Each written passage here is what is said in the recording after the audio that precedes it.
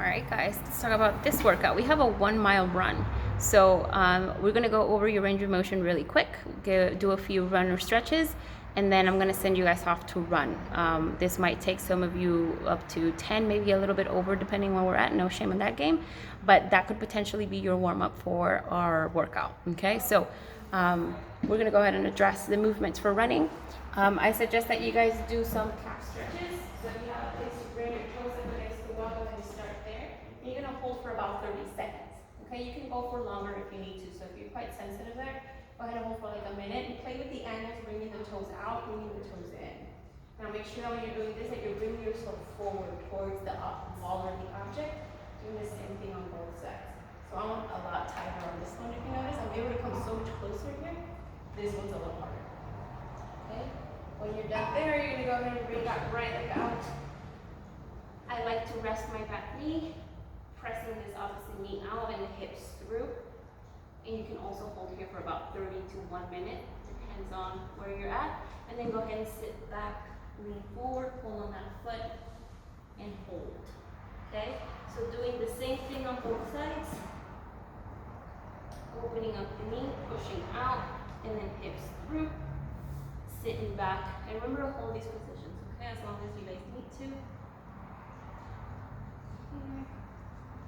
Bringing the feet up for your strappers. Okay, bringing that chest up and all the way through. And go into your straps for sit-ups. Open up the legs, shoot through as much as you can. Okay. For your iron crosses, I like to do them with my knee bent sometimes, using a bit better range of motion. Total of 10. Then go ahead and stand it up, hold onto your PVC pipe, pull on that foot. You should feel that pull right on the quad. Hold for 30 to 1 minute, depending on where you're at. Do the same thing on the opposite leg. Don't fall.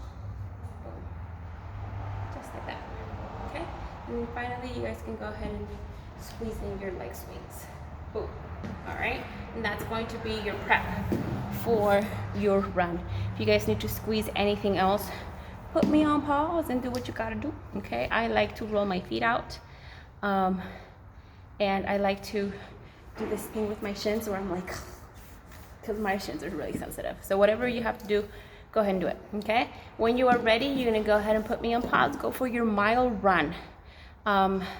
We do have options for scaling, so if you look at the description, you guys can pick what distance you want to do if a mile is too much. We also have 6 minutes cardio of choice, 5 minutes cardio of choice, so you'll see C.O.C, that's cardio of choice. So maybe you guys have a bike at home, a stationary bike, or maybe you have a jump rope, or maybe you want to do jumping jacks or jump squats, or anything that's going to bring your heart rate up. It's going to be a cardio option, okay? So anything, jumping jacks, lateral jumps, burpees, jump squats, jump lunges, soccer taps. Any of these things are going to be good options for you to do, okay? If you're not running outside. And then let's go ahead and scoot all over to our workout. We have 3 rounds of 10 squat snatches and 16 single arm overhead lunges. So let's talk about that.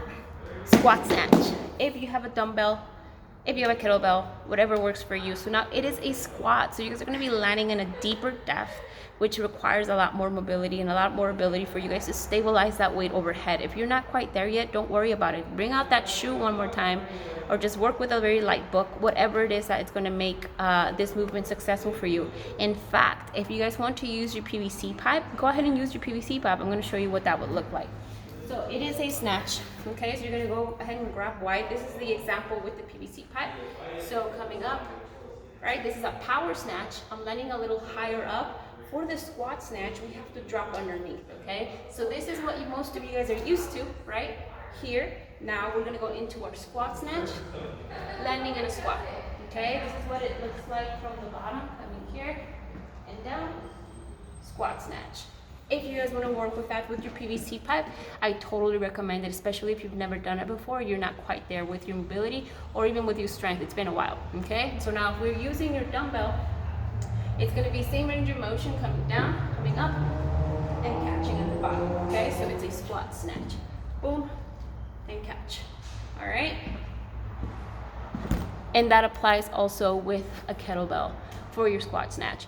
When you are done with those squat snatches, and guys, if you're having a hard time with the squatting part, just do power snatch. Don't squat.